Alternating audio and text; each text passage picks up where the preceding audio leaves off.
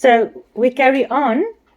We discussed quite a few things about the 4 winds and the 4 angels and the 4 chariots and the 4 beasts in Zechariah, Ezekiel, and Daniel and Revelation. And then we ended last week with Revelation 17 verse 8. The beast that you saw was and is not and shall ascend out of the bottomless pit. We saw how that might mean, if you compare it with Nimrod and all the prophecies of the Old Testament, and the stuff that Yeshua says and that Paul says about the Antichrist.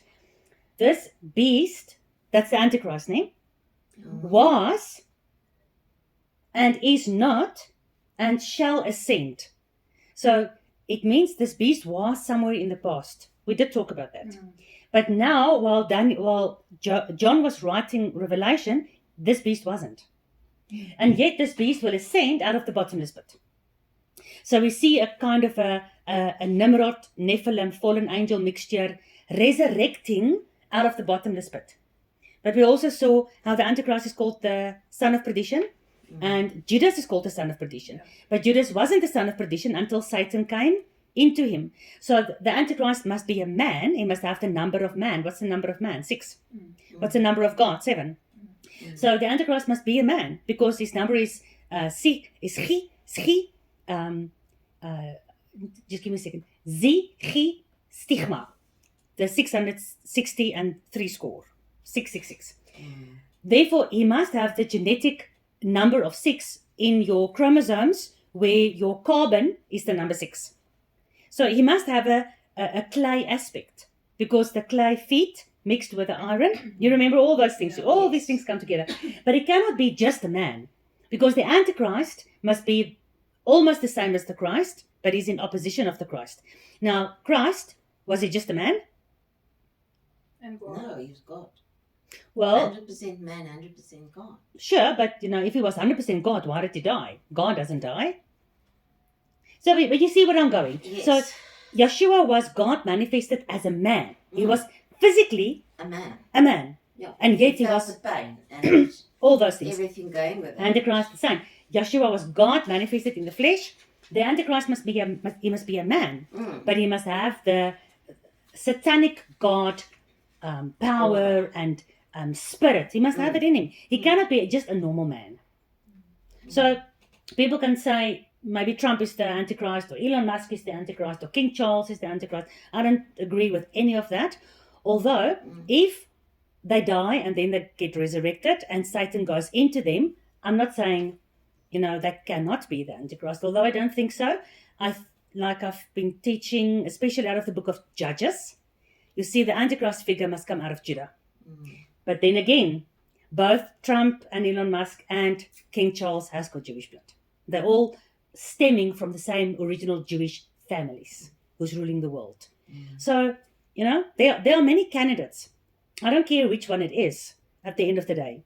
The fact of the matter is, he will deceive many people, and the Muslims are not going to worship Trump, but neither will the Jews worship King Charles, and the blacks won't worship Trump, and the whites won't worship Obama.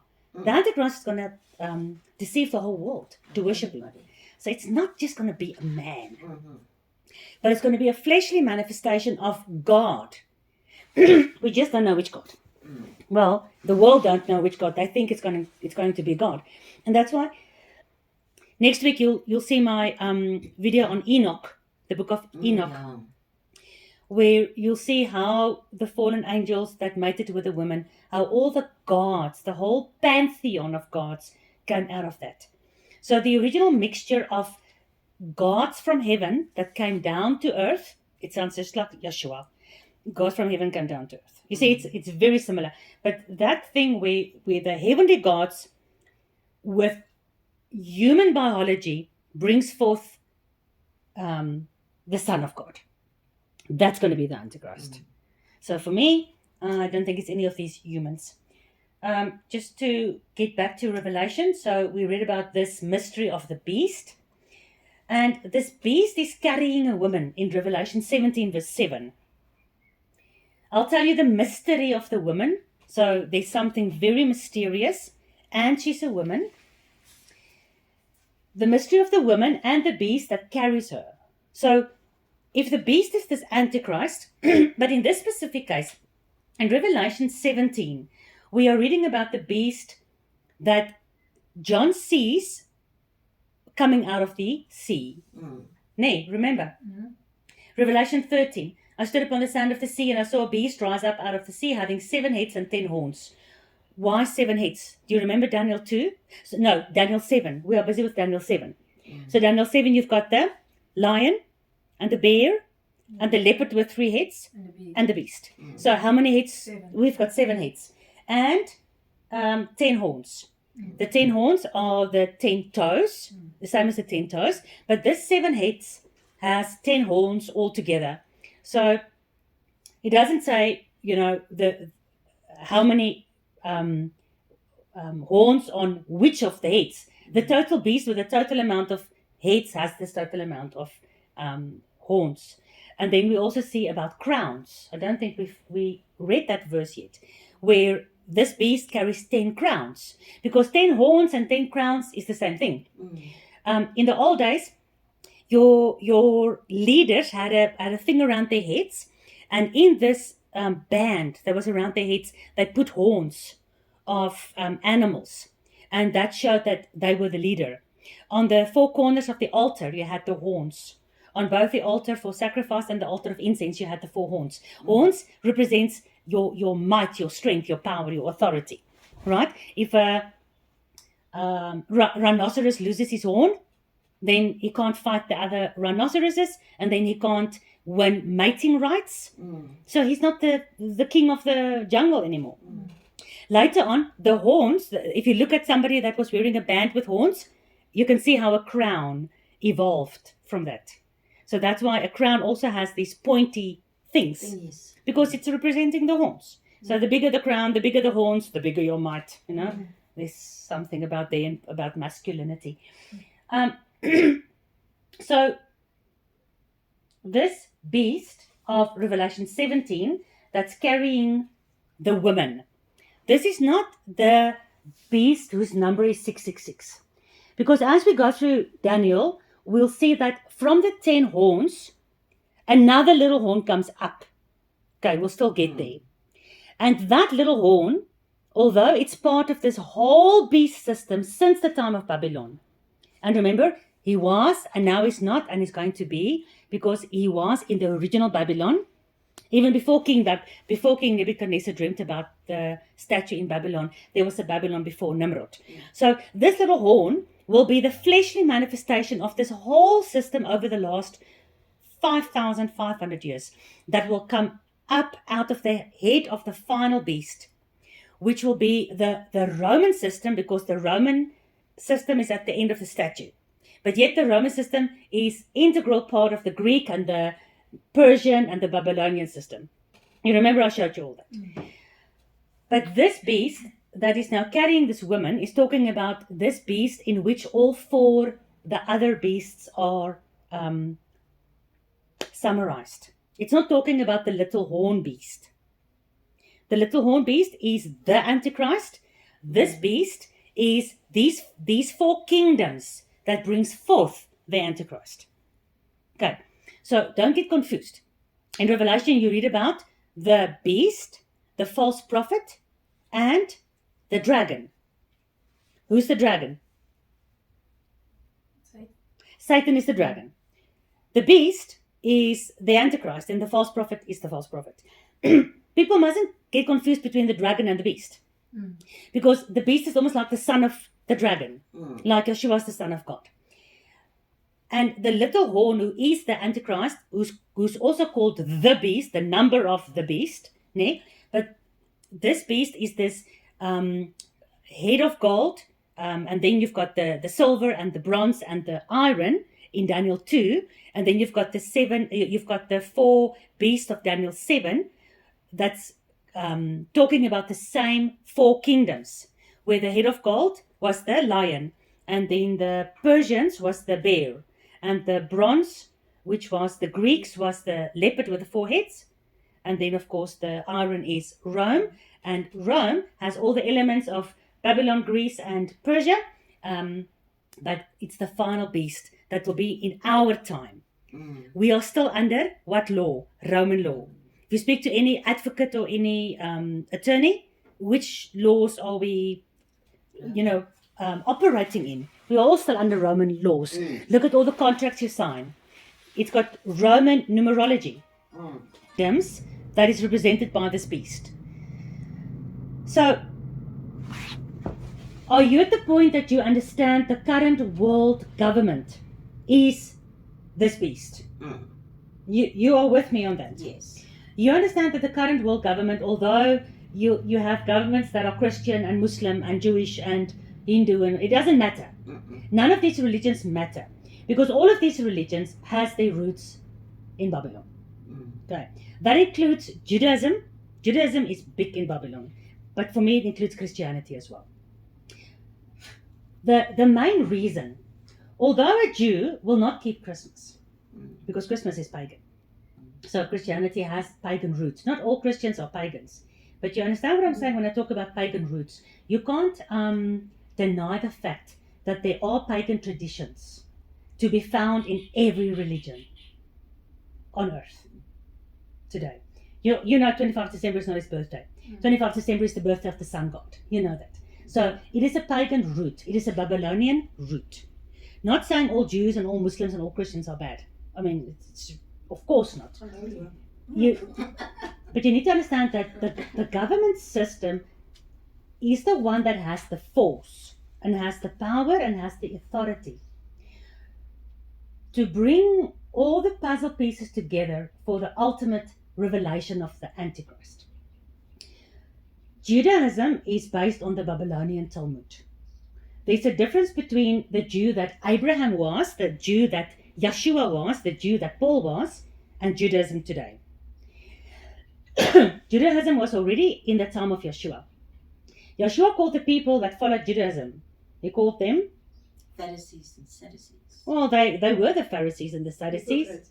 He called them hypocrites. He called them sons of Satan. He called them brood of vipers. I mean, it's horrible. So are all Jews sons of Satan? No. Are all Christians with... No, but it sounds very, very difficult.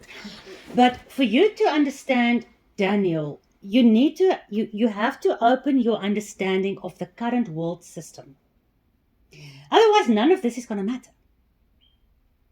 The woman who writes... Christianity is not part of a world system. It is. It's a religion. All religions are. I'm not saying your personal relationship is pagan.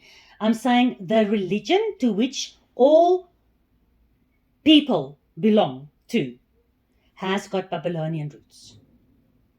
Even if you look at Messianics.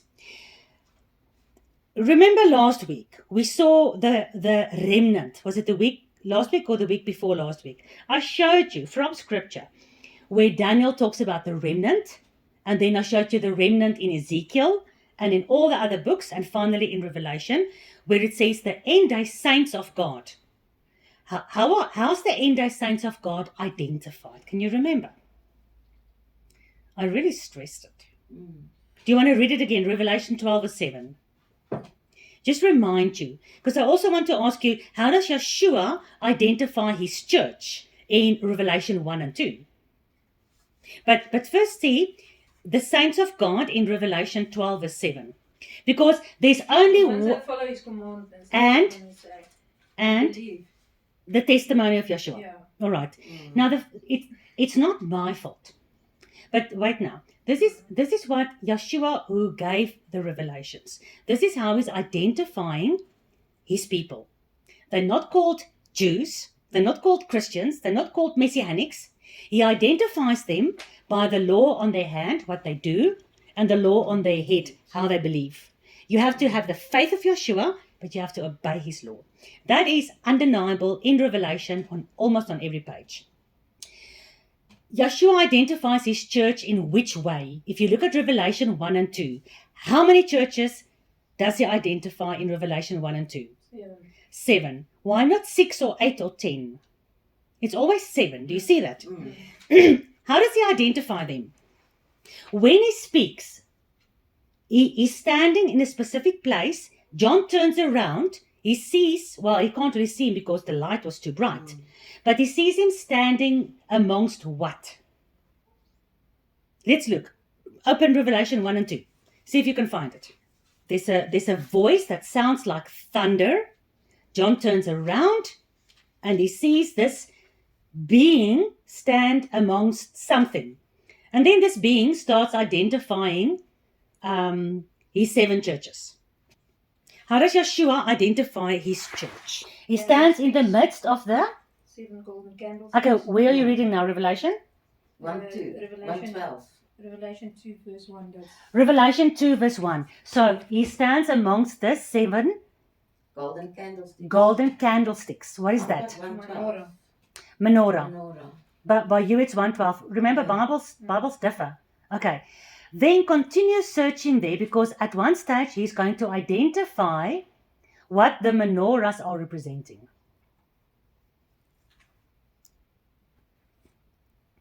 He's got 7 stars in his hand, right? He says the 7 stars are what? He identified the stars and he identifies the menorahs. 7 stars is the pastors of the 7 churches.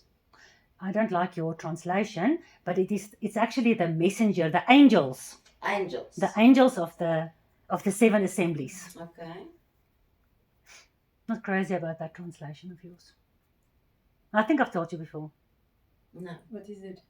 No, this is... Expositive. Yes. Yeah. Okay. Not good. Expositors, you're right. Don't love it. Bible's weggooien. He's also not good. Okay, look for it now. Find it, man. Come on. Okay. I know that works and I labor and that. Now, before that, it must be where he says, how does he identify those 7 churches? He's standing amongst the 7 candlesticks.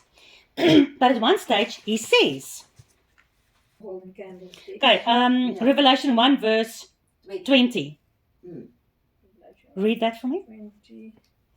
Okay, the mystery of the 7 stars which you saw in my right hand and the 7 golden candlesticks. The 7 stars are the angels of the 7 churches, and the 7 candlesticks which you saw are the 7 churches. There we go.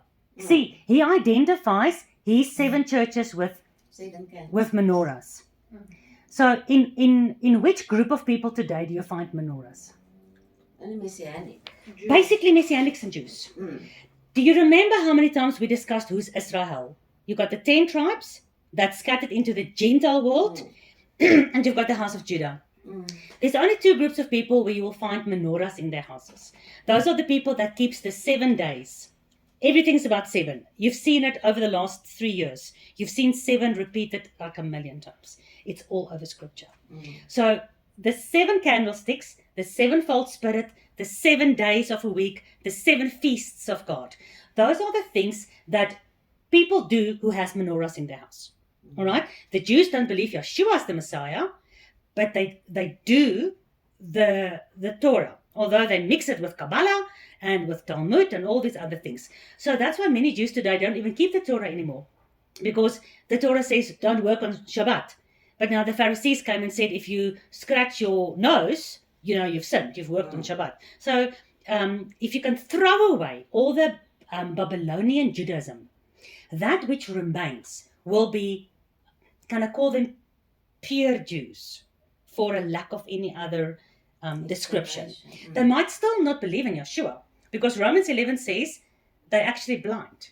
So that out of the Gentile, from the 4 corners of the earth, out of every tribe, nation, and tongue, God can send the fishers. Remember Jeremiah 16? I'll send many fishers to go and look for you. And if you Shema, if you hear and do, and you come back to me, come back through Yeshua, but then come back into covenant, then you are Israel. And Paul says then you grafted back into the original olive tree. So Yeshua identifies in the last book of the Bible, which means in the end of days, he's identifying his churches by menorah. Not by Sunday, Christmas, Easter, or even a cross. The menorah also represent the Ruach. Absolutely. Why do you say that? But you're right. Why do you say that? Because that's beautiful. Yeah, because I think it. You're right. But I don't know the answer. You're right. Isaiah 11. I'll give you my ruach, my ruach of wisdom and understanding, my ruach of might and Power. might and power is one, my ruach of might and counsel, my ruach of knowledge and wisdom. Yeah. So when you count that all together, you get 7. Yeah. So it's Isaiah 11. Isaiah 11, yeah. I've got a whole study about that as well, because it's amazing how the oil feeds wisdom and branches. understanding, the branches. And why do you say branches? Because now you're talking about a tree again. Yeah, then you're talking about the menorah, and yet you're talking about branches, because the menorah represents the tree of life, represents the olive tree of Romans 11, Isaiah 11, Romans 11, Jeremiah 11. All talks about the tree of life, which is the olive tree, where God wants to bring us all back with Him in covenant, in paradise, in life. Yeah, but now, why can't you say, okay, the menorah represents like the spirit, and then it doesn't necessarily be we Christians also have the spirit. True, but my first question would be, then the menorah is only spiritual. The way we see it, the menorah is everything, spiritual and physical. So if you say the menorah represents the spirit and you have the spirit, what is the spirit of might? Of counsel, wisdom, understanding, because the fear of the Lord is the beginning of wisdom. And then you've got the wise and the foolish virgins. So if you take the word wise virgin and you do a concordance search, and you get all the verses that talks about wise is the people that obey Torah. All the foolish ones are the ones that break Torah. There's over 600 verses between wise and foolish. That's the problem. Wisdom and understanding But there's all things the Ruach gives you. My concern, and we're going to go back to the same thing again, but my concern is the following. Will the Ruach give you permission to do pagan traditions and tell you it's fine? No, but I'm serious now. Yeah, yeah. You see, it's a big problem because, well, is Jesus born on 25 December? Yeah, but it's nothing to do that you are paganism. It's just it is. If you look at the Christian religion, they do Christmas trees. And we know that's pagan. The Bible says it is. They do the whole thing about Sunday. Sunday is the day of the sun for 4,000 years before Yeshua's time. Doesn't matter how you might think it changed. The fact is, Sunday has been worshipped as a holy day even before Yeshua's time. Sabbath was only Israel that worshipped on Sabbath. The rest of the nations, all of them, were together on Sunday. All of them had Ishtar, the celebration of Ishtar, because Ishtar is the celebration in the beginning of spring. So all the pagans celebrated their goddess. Some called her Diana, Ishtar, Semiramis, what was the other one? Anyway, the Bible calls her the Queen of Heaven. She was celebrated on the first Sunday after the full moon of the spring equinox, and she had many breasts because she was the goddess of fertility, and in her arms she had bunnies, and she was born out of an egg. So your egg, your bunny, your date, Friday to Sunday, the second week of April, year after year after year, never changing. It's a set date. You can't have a set date. Yeah, but that's a whole other discussion actually. But it's undeniable that what I'm talking about is the Christian system. The Christian system keeps Easter on a set date every single year, so that you get the resurrection on the first day. Well, the problem is, show me 3 days and 3 nights. Yeah, but that's fine. But we know. No, it's not fine. No, it's not fine. It's not fine. That's not fine. No, I'm fine if you say, let's say he was crucified. Because he didn't resurrect on Sunday morning. Think about this now clearly. The first day. Exactly. When does the first day begin? On the Jewish calendar, on the evening of the Jewish calendar or biblical calendar? Well, biblical. Thank you. There we go. So when did Yeshua go to the grave? In the morning or in the evening? In the grave, in the evening. In the evening. So if it's exactly 3 days and 3 nights in the grave, how can he go to the grave in the evening and then stand up in the morning? He must stand up in the evening. Remember, he said to the Pharisees demanded a sign. But it was already the first day. Exactly. Thank you. So remember now, the day begins at sunset. So when he was crucified, before the Sabbath of the first day of unleavened bread started, they said, put him in the grave, break their legs so that they can die because they need to go into the grave. So because that evening, Shabbat of unleavened bread started, not the morning. So 3 days and 3 nights after that, when at the end of Saturday, the first day of the week starts. So what's the We- problem if you Because the church, wait, call it Sunday, let's call it first day. no. Then the church should celebrate it Saturday evening at sunset. But they celebrated, Do the whole day. no. Why do they call it Easter morning? Because if you go, and you haven't done my Ishtar studies. No, wait, it's not fair. No, it's not fair.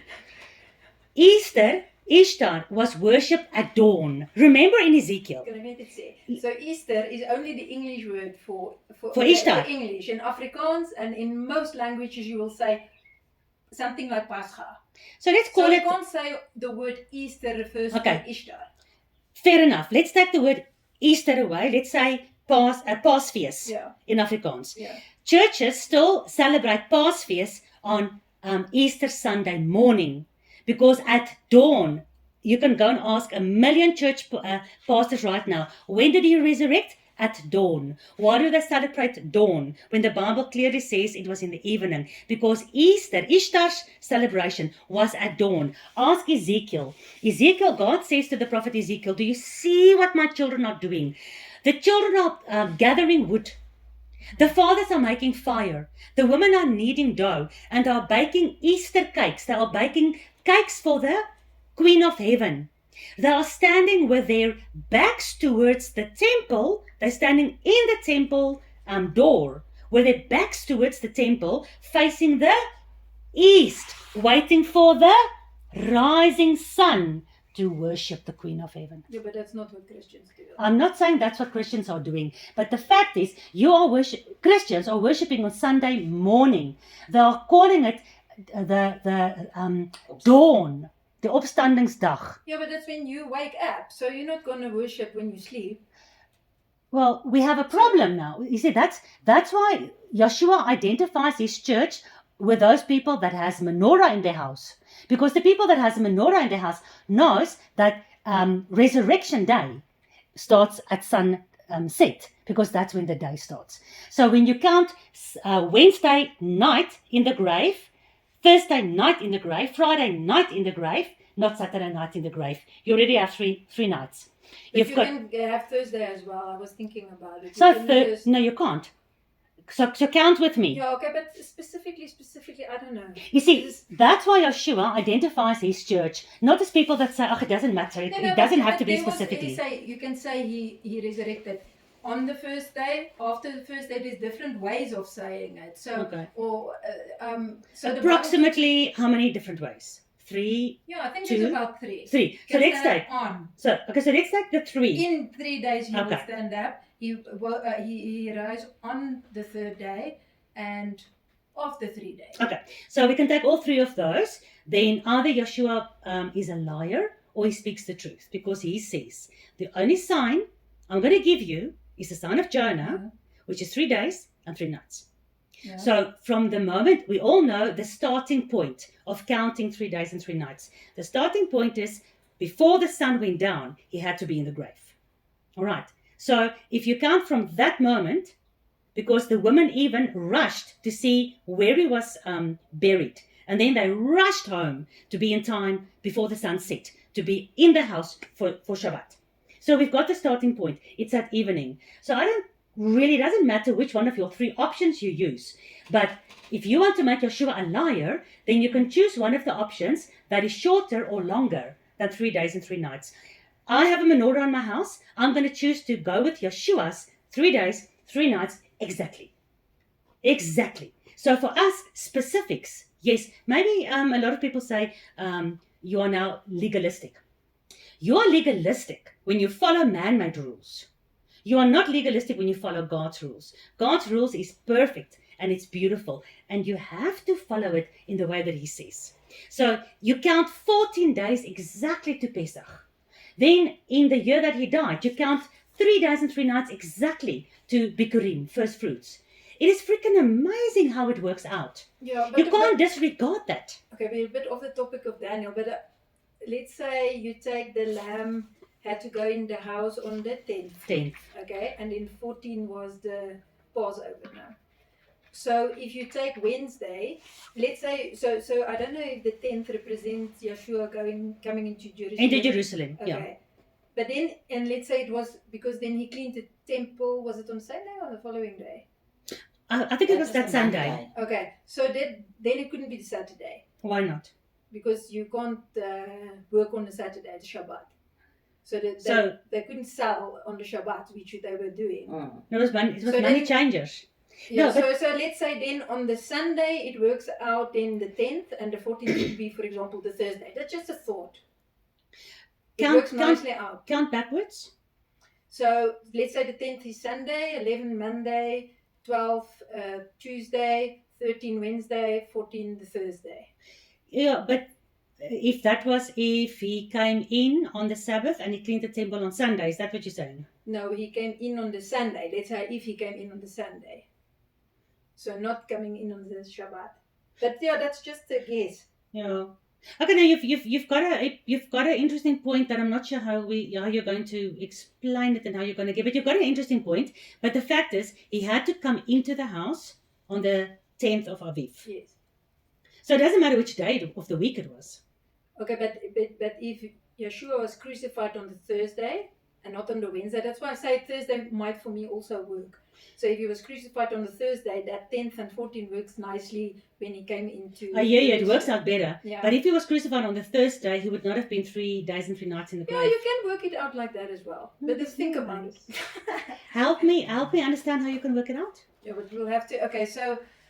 But I think you have to be careful to exactly go with the wording, who means what with in, on, after. Okay? But you can so still let's think- forget about in or those things. Just help Yeah. me So understand from To Thursday. have it like exactly like 24 hours, 24 hours, 24 hours, I think you have to be careful for doing that, because you can say he resurrected on, so you don't exactly say then, you still, well, let's say a night, for example, is meant then darkness and a day is light. So, okay, well, help me think. So the Thursday, so let's say he was crucified on the Thursday evening. Let's say that counts part of a day already. Okay? No, you see, that's what the church do. The church will say the day on which he was crucified is day 1. It's not, because he wasn't dead yet. He only died at 3 o'clock in the afternoon. Yeah. He said, I'm in the grave, not on the cross. I'm in the grave 3 days and 3 nights. Okay, let's see. Then Thursday evening is one night. Okay, so on this hand we count nights, and this hand we count days. Okay, so night. So Night. Thursday, and then Friday. No, wait. So Friday as the first day. Day, Yeah, and then Friday night. evening. Yeah, or Friday night. Saturday, Saturday night. night, and then Sunday. Well, Sunday morning he rose. Yeah, but he could have risen in the morning after 12 as well. Well, then he's a liar, because he said 3 days and 3 nights in the grave. That's what he said.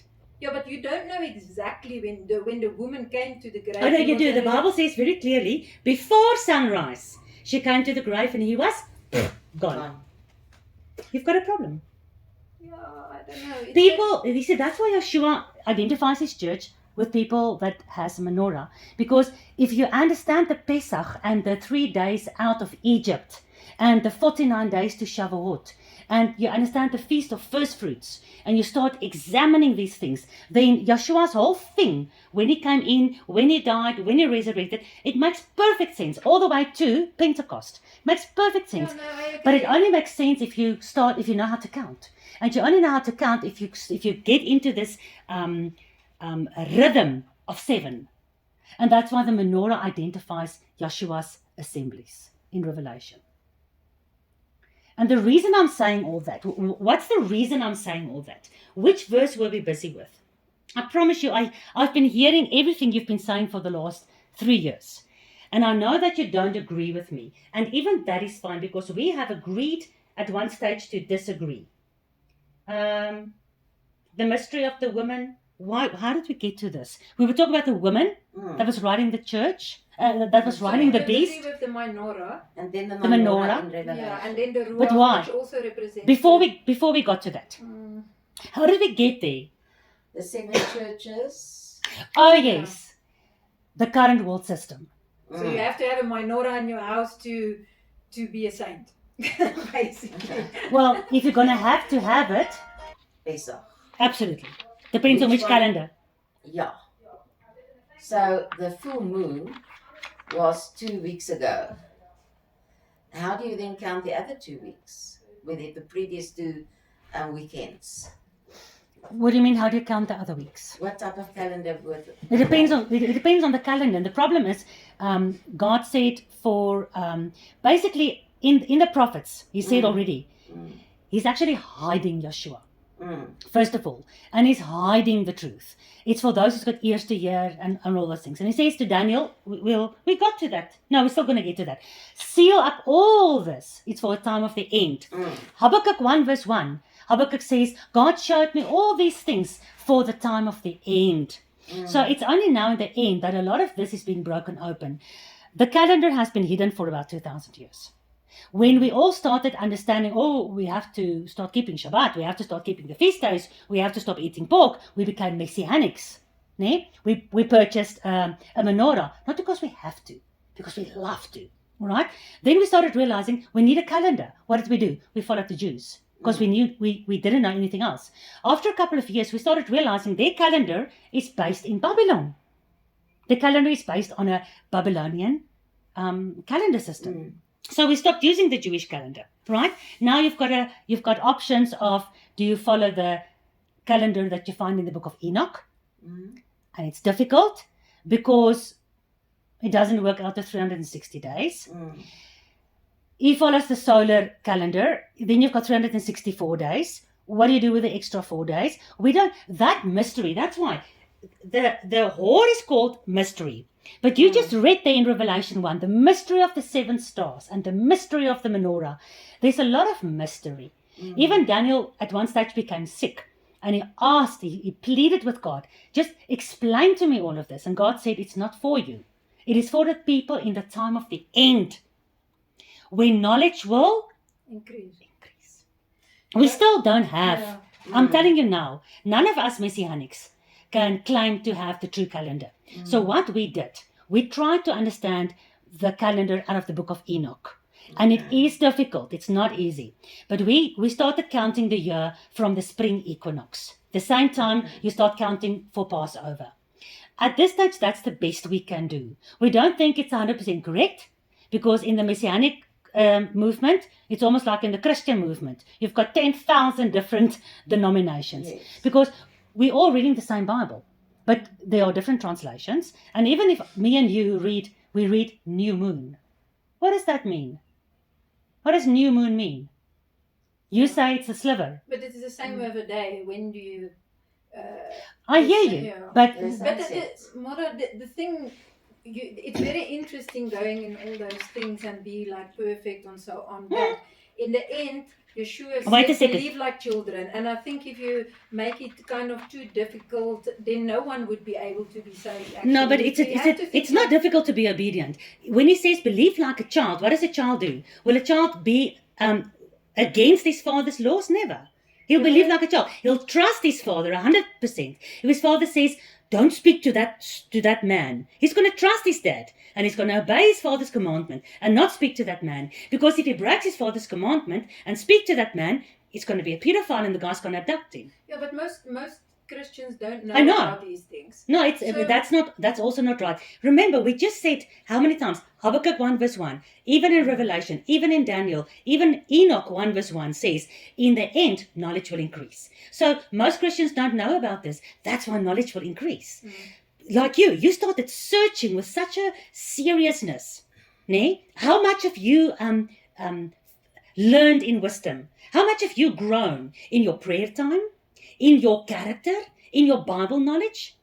And if you didn't have a searching heart, you would never have stuck out all these Bible studies. And I promise you, it's biblical prophecy. God is not a man that he can lie. He says, everyone that searches for me with all their heart will find me.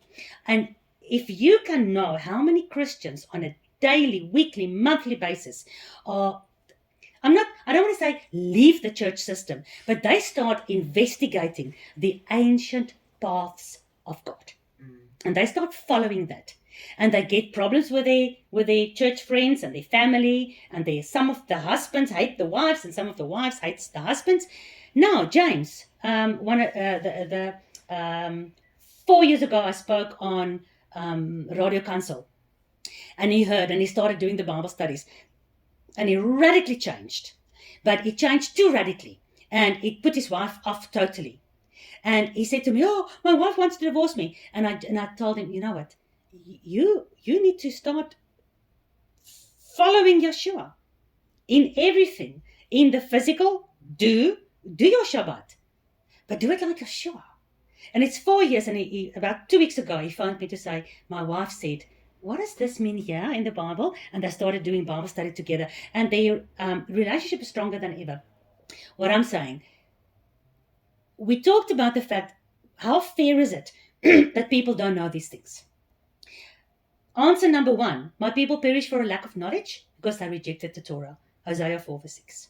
So when you don't read your Bible, you don't have knowledge, then that's ignorance. And God says ignorance is not an excuse. Number 2, I will not be too quick to say that, because knowledge is increasing every day.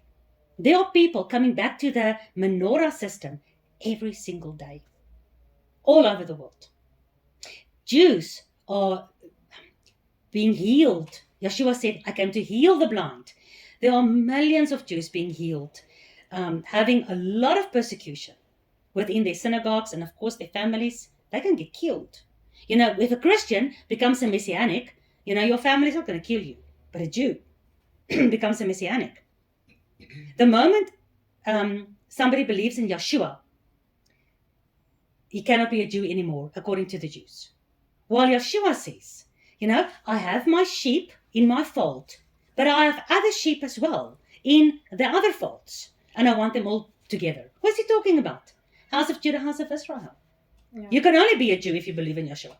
Can I ask, is there a problem with the word Christian, or is it what the Christians believe? Because the Bible actually says Christian. It doesn't is a actually. follower. I know you think. Yeah. There's only one verse where it says, in Antioch, for the first time they were called Christians. Yeah. That's not what the Bible says. But it makes sense to say they're followers of Christ. Okay, let's do this. Julius Caesar was called Christ. Caesar Augustus was called Christ. Caesar Constantine was called Christ. Christ means anointed. Saul was called the Christ. David was called the Christ, because Christ means anointed, Moshiach. But in biblical context, Moshiach is used as like a verb, like something that is done to you. So Samuel made a Mashiach over David. He anointed David. But he's not calling David the Mashiach. But there are many, even John says, there are many antichrists already. The word in the original Hebrew is Moshiach. Moshiach means anointed. In Greek, the word Christ doesn't only mean anointed. It can mean anointed, but it also means leader, ruler, king, all those things, which also applies to Mashiach. So the problem is not with the word Christ, although the word Christ or immediately puts you in, and we didn't finish our discussion on the Hellenism yet. But the moment you use the Greek words of Christ and Jesus and Easter and those kind of words, you are already out of your menorah category and you are in your cross category. So when I say cross category, that's where you've got the New Testament church that has no roots with the Old Testament. I disagree. Let me then say it otherwise. You've got the New Testament church that has no verantwoordelijkheid, responsibility to keep the Old Testament Torah. Does that sound better? Yes. All right. Although the Torah is summarized by loving God and loving your neighbor, but never mind. No. But Never mind that. There's lots of overlapping. We follow the commandments of Yeshua. Yeah, and Yeshua and Yahuwah is separate and different. There's a new covenant. we're in a totally So different topic. again, Yeshua and Yahuwah is different. There's a new covenant. But help me understand. If I'm a baby, I want to believe like a child, like you said. So God said, "Here's my covenant." Yeah. Yeshua comes and he says, "Here's a new covenant." So that means God the Father and Yeshua is different. He promised a new covenant. Who? God promised a new God covenant. promised a new covenant. Yeah. How did he say? How was that new covenant going to be? Yeah, written on the heart. What's written on the heart? What? The new covenant. Well, it's the Ruach living in you. No, sorry. I actually want to know what the Bible says, not what you think. So you said God promised a new covenant. What is that promise? He promises, how will the covenant be new? Well, it is fulfilled by Yeshua. No, I actually want to know what God promised. Because you believe in God, right? You don't worship Jesus as if he replaces the Father. No. Am I right? Yeah. Okay. So the Father remains the ultimate authority. Do you agree? So just help me understand, what is the promise of the new covenant that God the Father made? Well, that all people can be in the new covenant, Okay, that sounds good. and he said in the Old Testament, I'll send a prophet and listen to him. And that's Yes, Yeshua. I agree with that. So he gave lots of commandments. Yeshua gave No, lots but of commandments. before you get to what Yeshua did, that's different to what the Father did. You still Yeah, done. No, but you have to answer the question first. Okay, so what is the differently, promise of the new covenant? He's our new high priest as well. No, that's what you think. What did God promise? That don't you know the verse? Jeremiah. Yeah. So tell us. I don't know the verse in English. But tell us what the verse says in Afrikaans. It's fine. Hy gaan vir ons 'n nuwe covenant gee, nie soos die ou covenant nie. So I'll not like the laws written on stone, but I'll write the laws on your heart. What laws? Torah laws.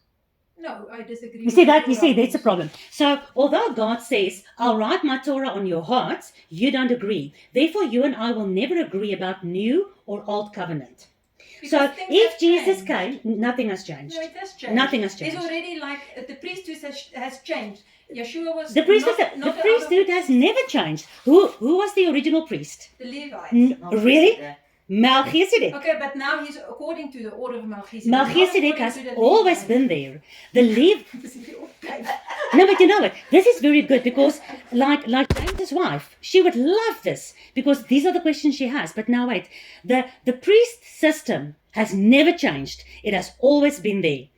The Levites had to be brought in to do a certain service that the firstborn sons were supposed to do. But then the firstborn sons got killed at Mount Sinai because they were dancing around a golden calf. They called him Yahuwah, but they said, "We will make our own feast day. Tomorrow's a feast day to Yahuwah." And they were dancing around a golden calf. So God destroyed them. So then Moses said, "Who's on the side of God?" And then the Levites came out. So that day God chose the Levites in the place of all the firstborn sons who were supposed to be priests for every family.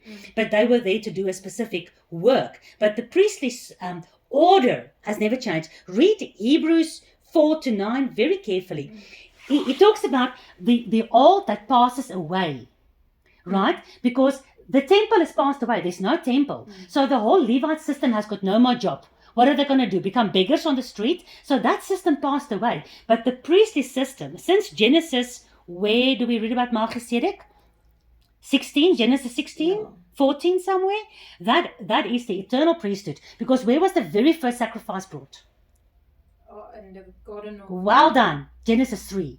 That priestly service, Yeshua has always been the high priest. So being the high priest, he carries what on his breast? The breastplate with the 12 tribes.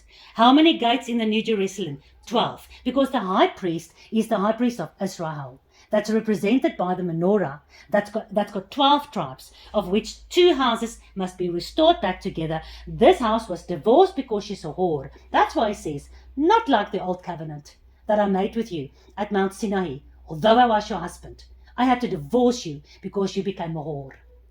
But this will be the new covenant. What will be the new covenant? I'll write my laws on your heart. Where did you write it before? I wrote it on stone, but you broke it. And because you broke it, I have to die in your place. I'm not dying in your place so that you can break it. That's not right. I died because you broke it.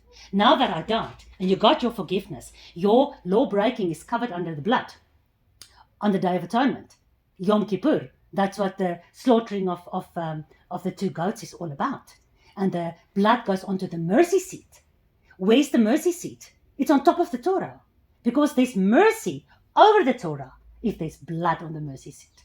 The Torah still remains the foundation of the Ark of the Covenant on which God sits, which is his throne. It's his the throne. 10 Commandments are in there, not the entire Torah. How's the 10 Commandments Yeah, ended? but that's the thing. We still, Christians still obey in any way. It's repeated by Yeshua in the New Testament in any way. All are kind of the commandments. But it's not like all these other laws, all the 300 or 613 or whatever. That's more the, like in time Mosaic law. So the law that we have from Yeshua is a lot of kind of the 10 Commandments in any way. So why We did you had keep a- Shabbat? The Shabbat was a sign. The Shabbat was a sign with Israel. It's in the Bible. So Actually. you It's a don't sign- have the new covenant. Sorry? You don't have the new covenant yet. Because God, we just agreed, God said that his law is written on your heart. But now you say it's not his law. For me, For you, me- it's for- Jesus' law For me, exactly. on And your Yeshua's heart. is the So it's not fulfillment- God's new covenant. And Yeshua is the fulfillment of the Shabbat in any way. He's our rest. What does fulfillment mean? Change. The aim was Yeshua, and he came and fulfilled it. So- He came to give our eternal rest through him. Lovely, that sounds great. No, listen, I agree with eternal rest. I don't disagree with you. I just don't understand fulfillment yet. Just help me understand. He came to fulfill the law so we don't have to do it. What does fulfill mean?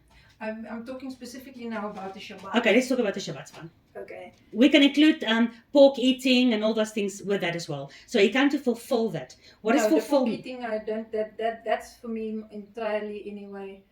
So some of the commandments God the Father gave it's is specifically for Israel. specifically for Israel. Yeah. And it says in the and Bible, for you are not- I didn't make this with your forefathers. I'm making it with you today. So he didn't also make it with Abraham and Isaac and Jacob.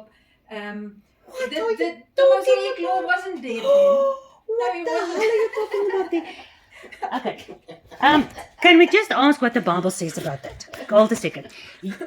Because it's so easy to say whatever you want. You specifically said now the Mosaic law, Yeah. God's law, his ordinances, It was and his even in the statutes. Exodus. It was never in the time of Abraham.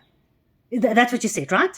Yeah, not like he was given by Moses. Not in the Those same ones- way as in the time of Moses. No. He So had another covenant with Abraham. So he had one covenant with Abraham, Yes. another covenant with Israel, and a Yes. totally new covenant with With Israel, us. with Christians. Yes.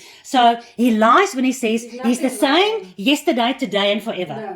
No, I'm disagreeing with that as well. Yeah? You can change your law. It doesn't mean you change. All And right. I gave you the example before, like if you are a parent, you have laws for your little children. When they're grown up, you're not going to apply the same laws with your grown-up children anymore, but you are still the same mother. It didn't change Can your you- personality. Can you give me one Bible verse where God says, or Jesus, or Paul, where God or Jesus or Paul says, the Torah has changed. Those laws of the Old Testament have changed. Can you give me one verse? Just one. You don't even have to give me 2 or 3 But witnesses. there's it's about that new covenant. That's in that. Please I make read it. new. Okay, please read Then for me. something, if you have a New Testament, a New Testament in my blood. So for a testament or covenant, whatever, to have a new one, the old one must go away Okay. to have a new one. I really want to understand that. So can you read for me that Bible verse in Hebrews 8? Let's read the new covenant in the New Testament. So read for me so I can understand, because I'm Yeah, asking. I'm talking about Matthew now, I think, or the what he said. Yes, the blood of the New Testament, which is not. If you look at your concordance, you'll see that it's not the word Testament. But let's not go there. Let's finish your thing that you said. Okay, but that wasn't in Hebrew. I'm talking about the words of Yeshua at the Last Supper. That's exactly what I just said now. Okay. So he said, "Here's the blood of the New Testament." In Matthew. Is in Matthew. Do you know where? No, I do, but we're not talking about that now. You promised to show me the change of the law in the renewed covenant. So you said you can't remember exactly what it says, so I asked you to read it for us in Hebrews 8. Okay. Because I asked you, can I please understand how the Torah changed, although God does not change? Yeah, to say Torah and law, that's for me two different things. Okay, what do you see when you Define say law Torah? and Torah, that's for me different. Okay, let's Again, see if... Torah is for me like, again, the Mosaic law. Okay, Well, help me understand. So here's Torah, Torah's Mosaic law. Yeah. What does that include and what does that exclude? the Mosaic law includes everything God gave to the Israelites. Yeah, Including, for instance, all his statutes, all his ordinances, Yes. all his commandments. Yes. Well, And- the ones he gave to them at Mount Sinai. Okay, but those are different to the ones he gave to Abraham. That's what Well, with Abraham, he made a covenant where he walked. Yeah, he promised the Messiah actually through his blood, Yeah, and but that through let's all start nations. let's start to stick to help me to understand. Did the ordinances, statutes, and laws with Moses differ from the ordinance, statutes, and laws of Abraham? Yes. Any Bible verse for that? Well, the Mosaic law was given in Exodus, so Abraham was before that. Okay, So he didn't give Does- the Mosaic law to Abraham. so I'm going to ask again. What does the Mosaic law then exclude, for instance, that Abraham had? What was different between Abraham's law and Moses' law? I don't know all these laws, for example. Like So how do you know? Shabbat So how do keeping. you know it's different? So did Abraham not keep Shabbat? There's no way that it says he kept Shabbat. It also doesn't say that Solomon kept Shabbat. Do you think Solomon didn't keep Shabbat? Just because it doesn't say. I don't see what... But the giving of Shabbat was giving when the Okay, manna let's, came down in the. That's the first mentioning of the Shabbat. Oh, is it? Not Genesis 2. No, that is like the rest on the seventh day. So what's the Doesn't say difference? Shabbat. What is... No, it says Sabbath. The seventh day is called Sabbath in Hebrew. How can the Sabbath in Genesis 2 be different to the It's now Sabbath? 6 days he worked, And the on seventh seventh day? he rested. What's 7? 7 is Shabbat. I think. Well, I'm not sure that. I don't know the Hebrew. The seventh day in Hebrew is called Shabbat. It's called Shabbat or Shabbat. Okay. So how's the Shabbat or the seventh day in Genesis different to the seventh day of Moses? To the seventh day that Jesus kept, that Paul kept, that Peter kept, that I'm keeping? How's it different? I'm not sure that Abraham and they kept the Shabbat. So Genesis 26 verse 5. Because Abram obeyed my voice, kept my charge, my commandments, in Hebrew Torah, my statutes and my laws. Genesis 26, long before Moses. So I want to know, what's the difference between these commandments and the commandments of Moses? There's like moral God laws as well. And I think that's including probably most of the 10 commandments in any way. So Cain knew he can't murder. He knew it was sin. That's already. How did he know if the Torah didn't exist? How did Cain know? That's what I say. I think that is like the already Moral. internal moral laws that God gave us. Okay, But so it's not which like of the written, 10? It's not written. Okay, so it wasn't written. Perfect. No. So which of the 10 commandments are the moral laws that Cain would have known about? Well, he knew about murdering in any way. That was So he not knew about the seventh commandment. He knew about... Well, No? we only know about the one sin he did, and that was murdering. Okay, so he didn't know how to sacrifice. He didn't know about the priestly sacrificial system. Did he not know about that? Oh, I don't know. He sacrificed, but it's maybe not according to what the Mosaic law required of sacrifice. How did Abel know how to sacrifice? How did they know how to build an altar with stones? How did they know how to slaughter the lamb? How did they know to even burn a lamb? How did they know these things? Well, as I say, they maybe didn't do it exactly as in the Mosaic law. How do you know? because Were you the whole there? System. No, but seriously. No. So how do you know they didn't do it according to God's way of Yeah, but sacrifices? how do you know they did? Well, the fact is, God accepted Abel's sacrifice. He didn't accept I Cain's think he sacrifice. looked in the heart. So if it was only Exactly, about... that's what they say. I think there's a couple of verses that say, I what's in Afrikaans? For me, well, for God, it's more important to see the heart than any sacrifice. He looks inside what's going on. Oh, no, you're talking about the first book of Samuel. Samuel comes to King Saul. King Saul has made a sacrifice. He didn't wait for Samuel. Samuel was the priest.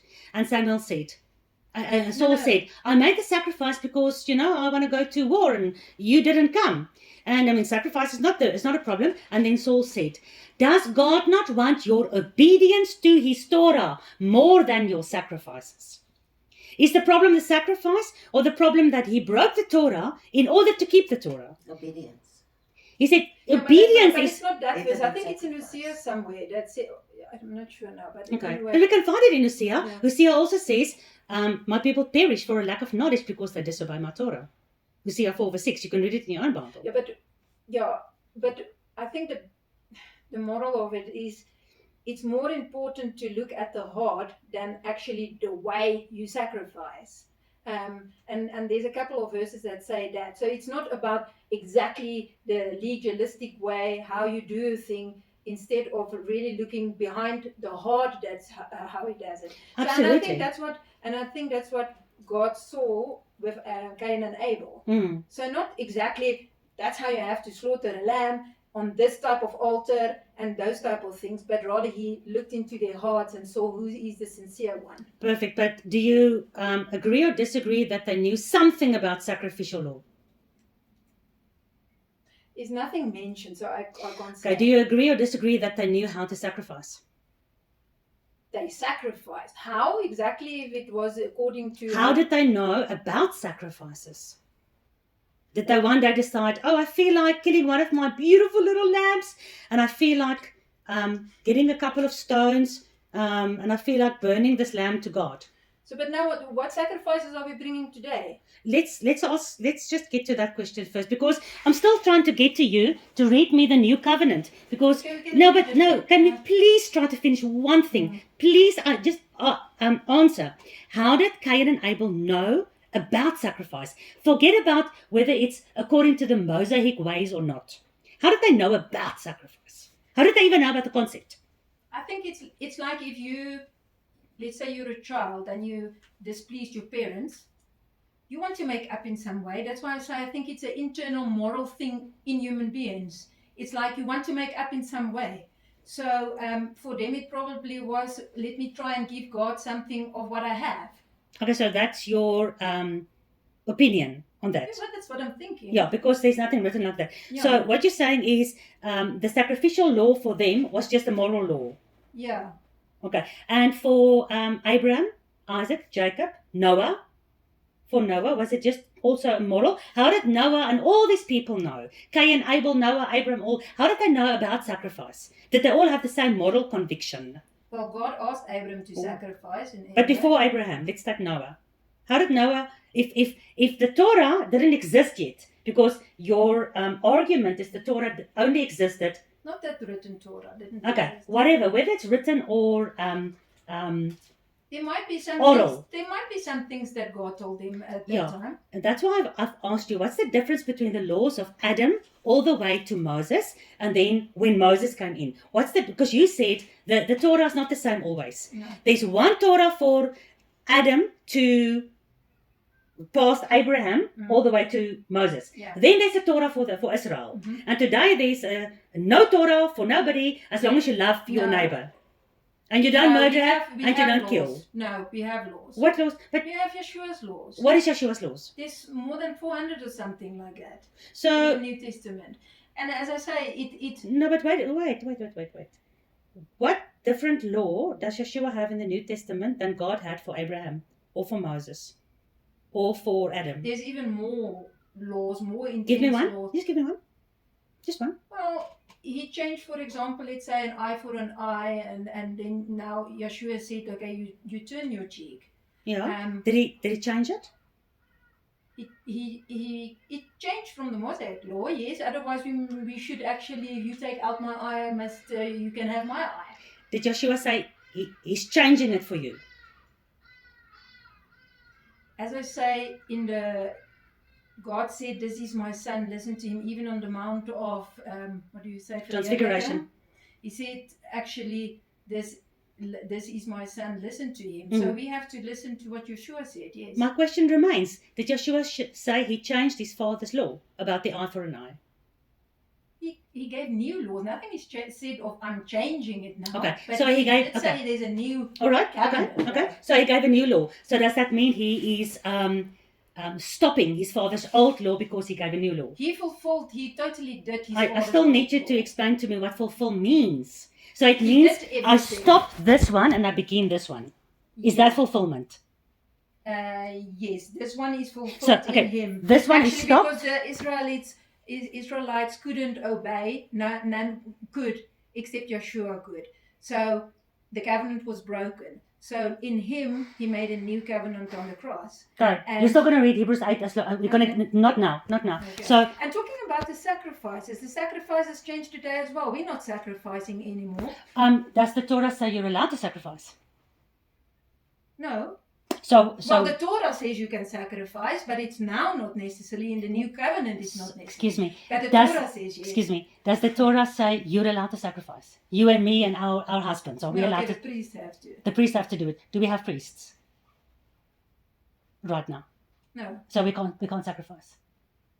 So But that's why it changed. no. It has Wait. changed.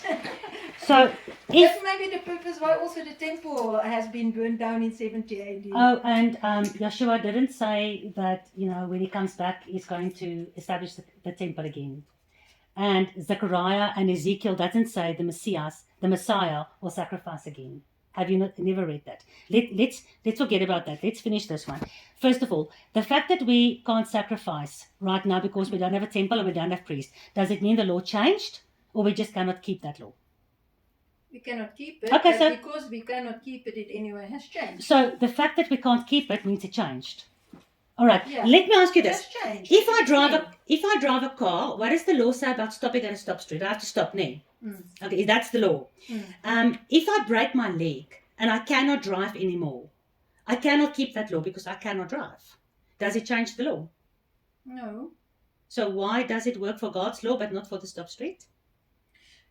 Yeah, but you can reason around those things about laws. Laws in other countries are different also. So there's a law. I in don't South care. Africa That's why I for a law said- in another. To say. Yeah, but that's why I said the whole beast system represents all religions and all governments.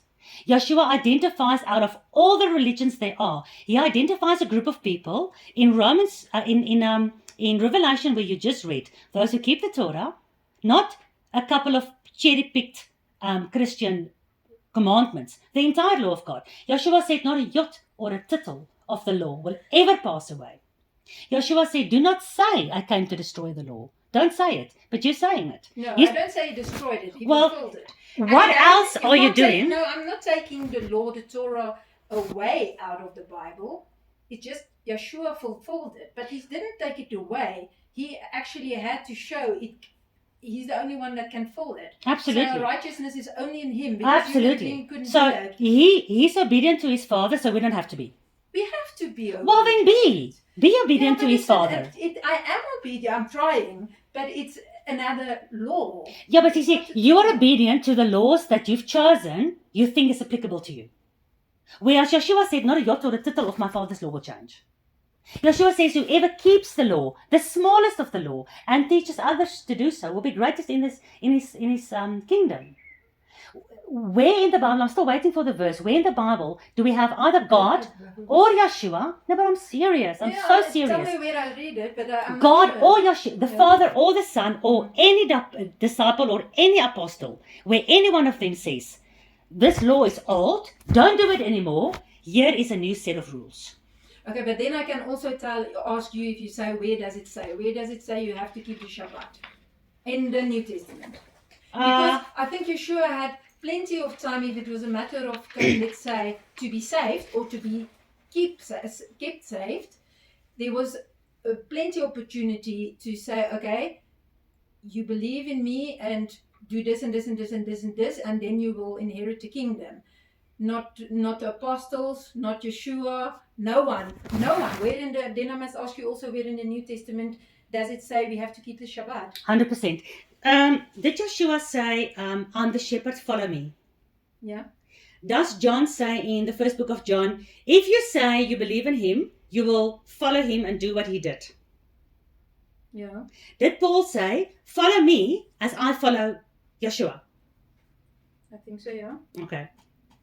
If we follow Paul as he followed Yeshua, if we follow Yeshua because he's his shepherd, if we have to do what he did, what did he We do? never can do what Yeshua did. We can't exactly do what Yeshua did. Then we must heal people and we must do a lot of things that we can't do as Yeshua did. So let's go back to when you said Then we yes. must die on the cross as well. Okay. He actually says, take up your cross and die daily. But we're not going to physically die on the cross like him because we're not a perfect lamb. We cannot be a perfect sacrifice. But you just said, you said yes when I asked you. Does the Bible say we need to follow Yeshua and do what he did? Yeah, but we are doing what he does. We Are try you- to do what he said. So Yeshua kept Shabbat. I'm doing what he did. Yeshua never kept But Sunday. Yeshua had to keep Shabbat actually. to Why did fulfill the law. disciples have to keep Shabbat after Yeshua's resurrection? Then they were hypocrites. But If were they, Jews. why didn't they keep? No. You can't say that. They will Why keep did Silas Shabbat, and but Barnabas- Eventually, they actually started Keeping the Sunday. First day. Let's talk about the first. The first day of the week. Okay, is there anything in the Bible where it says that any of the disciples eventually kept the first day of the week and not Shabbat anymore? There's not one. Let me save you the trouble. There's not one. That's. I think also All the way according to certain- John. Okay, but you John said if was they the- break bread on the first day. You say that's not necessarily. Well, the- they broke bread on, if you read the book of Acts, they broke bread every single day. And that day, they specifically talked about the first day because they said, on this day, please count the money you got yesterday at Shabbat. Yeah. Don't count on Shabbat. Count on the first day of the week. Because tomorrow I'm leaving. I'm going back to Jerusalem. I need to take the money with me for the poor people in Jerusalem. John was the last surviving disciple. So surely by the time John wrote the book of Revelation, which was the clever people say about 100 years after Messiah, surely by that time, this eventual change of no more Torah, all now just New Testament things, including Christmas, Easter, No, Sunday. that's not. Okay, including Sunday. Let's just take Sunday because Sunday really. Okay, let's call it first day. But Let's call it first day of the week. But- So but can surely you by John's time of writing Revelation, the church would have been keeping first day of the week. They started keeping first day of the week. Only after John or before John. I'm not sure. It doesn't exactly say. So the But fact. slowly it started worship. Who on told the you that? first day. No, well, if you read, Because you can't see it in the Bible, so somebody had to tell Okay, you well, this. let's say Ignatius of Ignatius of- Antioch.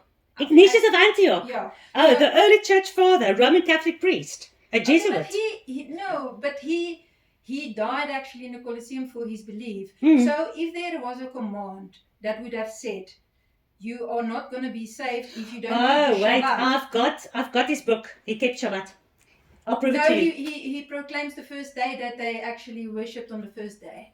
No, you're wrong. No, I've I've also read it. got a list here.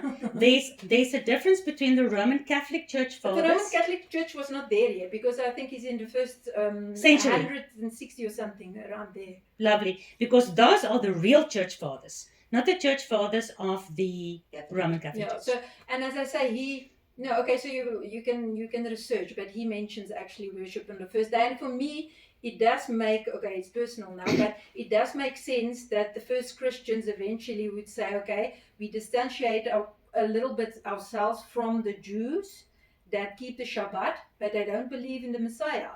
So they reject the Messiah, they keep the Shabbat, which is like, so we're not the same. So we believe in the resurrection of Christ, so we worship on the first day. I don't see anything wrong with that. It's like because they were different from the Jews at that end. I'm busy with all the church fathers. It's actually very interesting. All the church fathers in the first century, the disciples of the disciples, all Yeah. kept Shabbat. The disciples of the disciples of the disciples might have started changing. Is that your proof that we can keep Sunday instead of Shabbat like the disciples and the apostles and Joshua did? And then the absence of any commandment that says in the New Testament actually that you have to. So keep the that's Shabbat. why- And Paul, that I think, but that's a deep thing.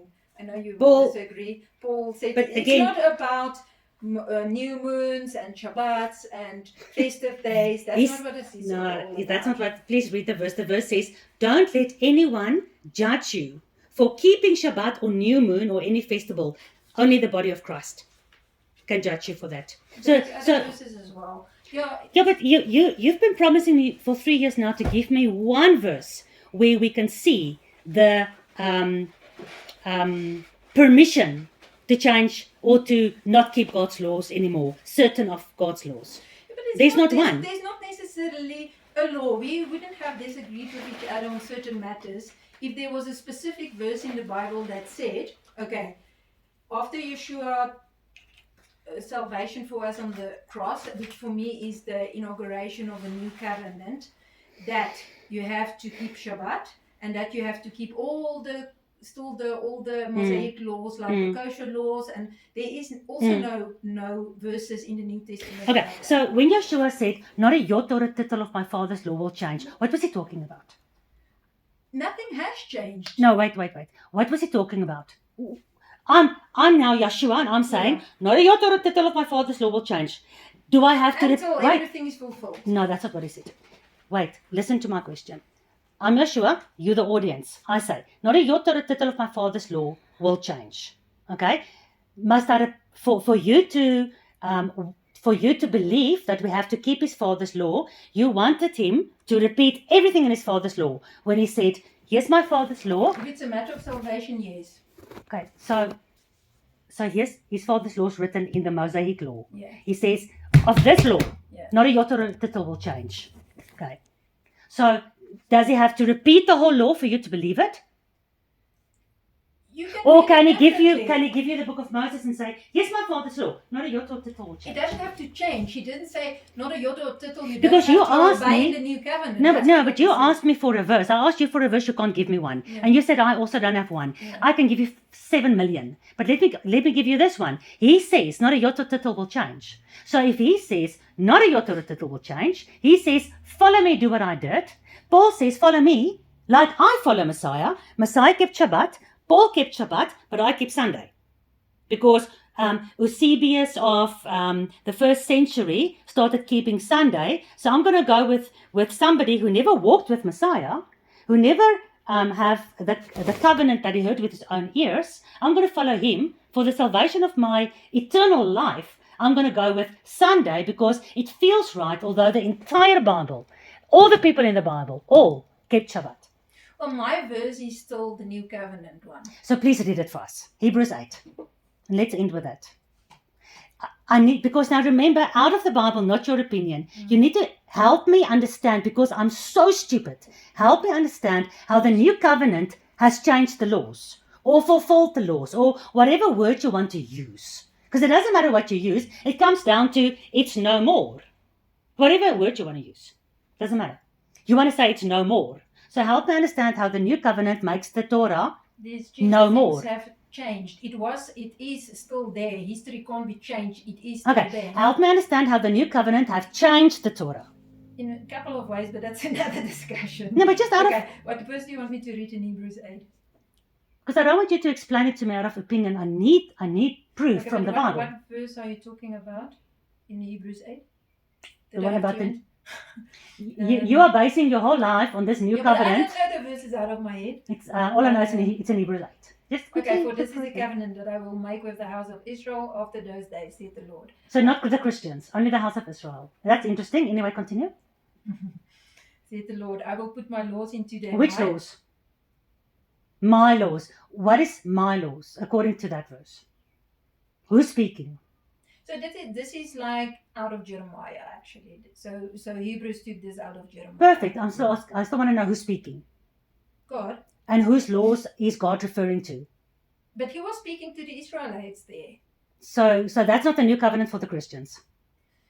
It is also, I think there's other verses. I think there's there's other verses as well. I just have to find them.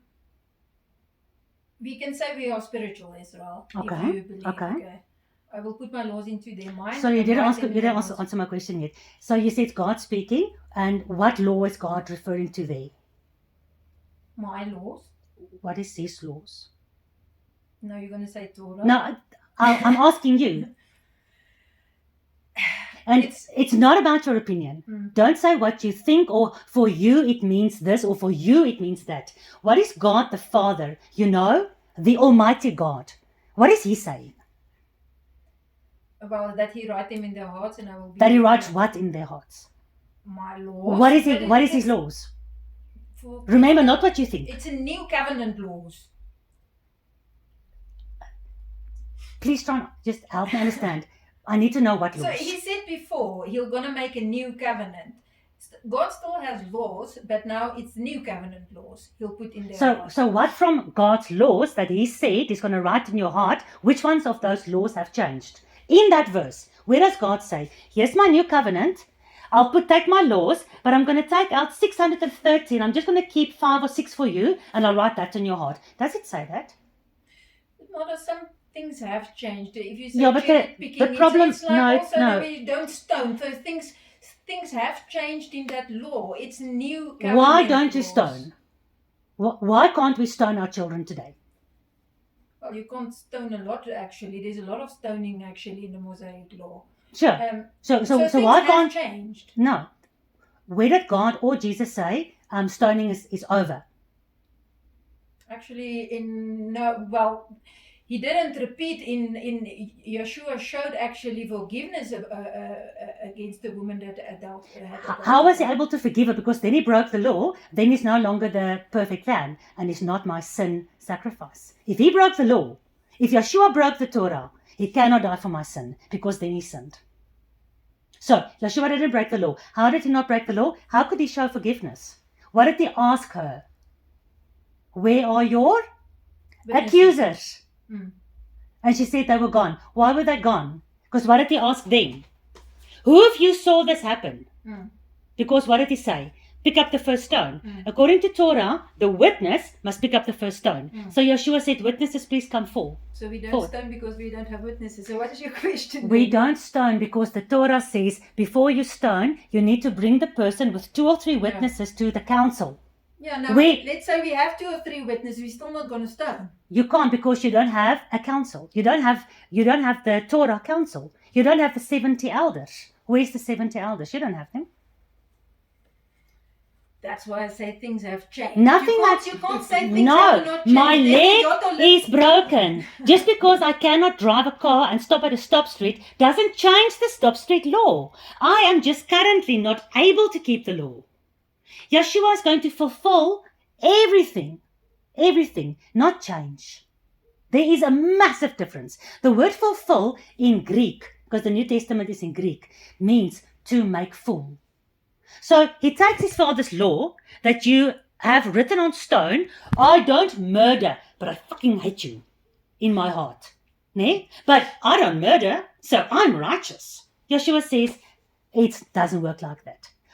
The fullness of the law, with all that 400 commandments, you say you read in the New Testament, love your neighbor. Well, that's an Old Testament commandment, but be patient. That's not written in the Torah. Yeshua says, it's in the Torah. I'm coming to try to show you the fullness of the Torah. The Torah says, don't murder. Yeshua says, that's not all.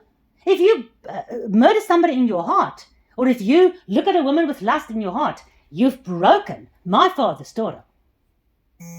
So how on earth can you get past all that? I'm going to have to... Let us look at